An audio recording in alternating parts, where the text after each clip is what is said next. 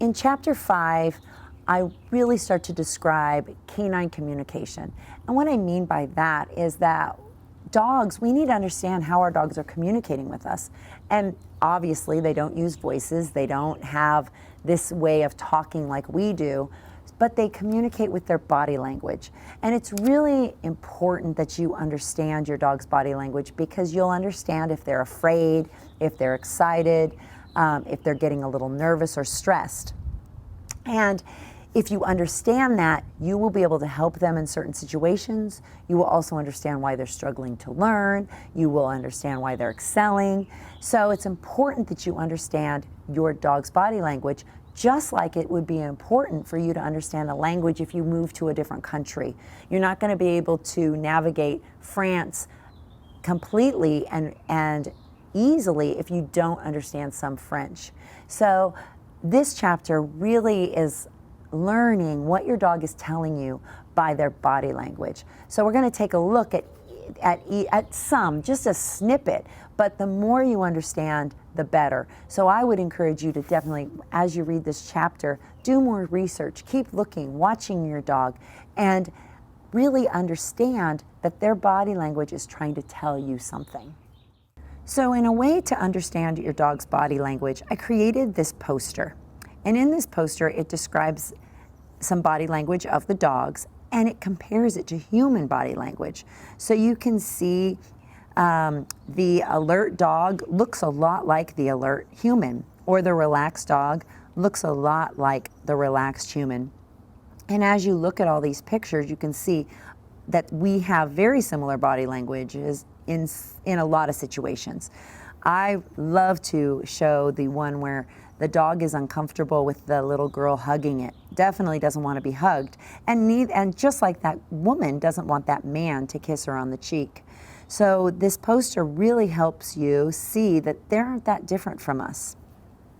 If you look down at the bottom of the poster, it talks about some stress signals that are more specific to dogs, like they'll yawn when they're stressed, they'll sniff excessively, they will scratch at their collar or scratch when they're stressed. They might lick their nose just with a lip flick, or the whale eye, where you can see the whites of their eyes. And full body shake is something that, as you're watching my videos and on the website, you'll see that Captain, my lab, does as a stress release quite frequently.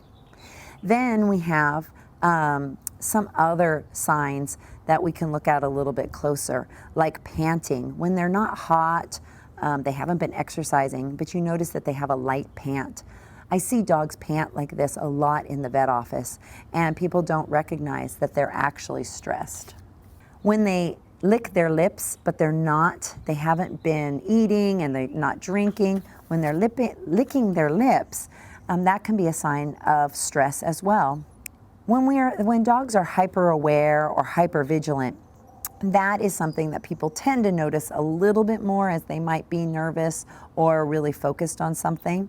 And it's not uncommon for dogs to not want to eat when they're stressed as well.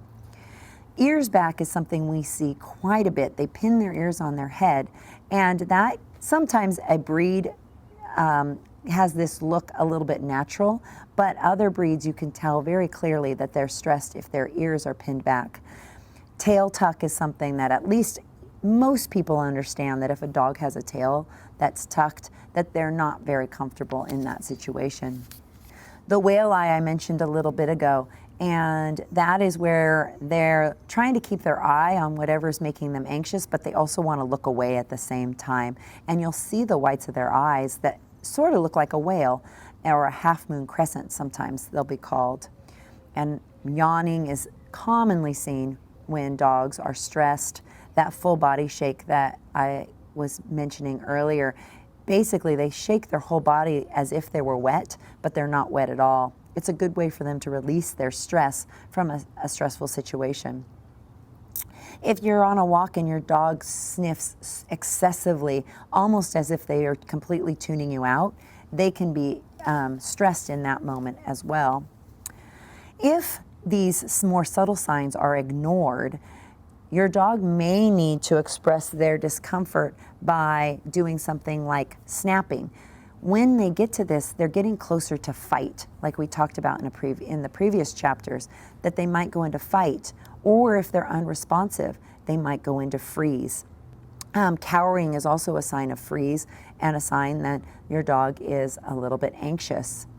And when our dogs are growling, barking, licking their lips, doing all these things, they're trying to tell us they're uncomfortable. And the more we push them and the more we ignore those subtle signs, they may end up growling, biting, snapping, lunging, all of those things that end up being more aggressive in behavior. But it's because we've pushed them past their limits.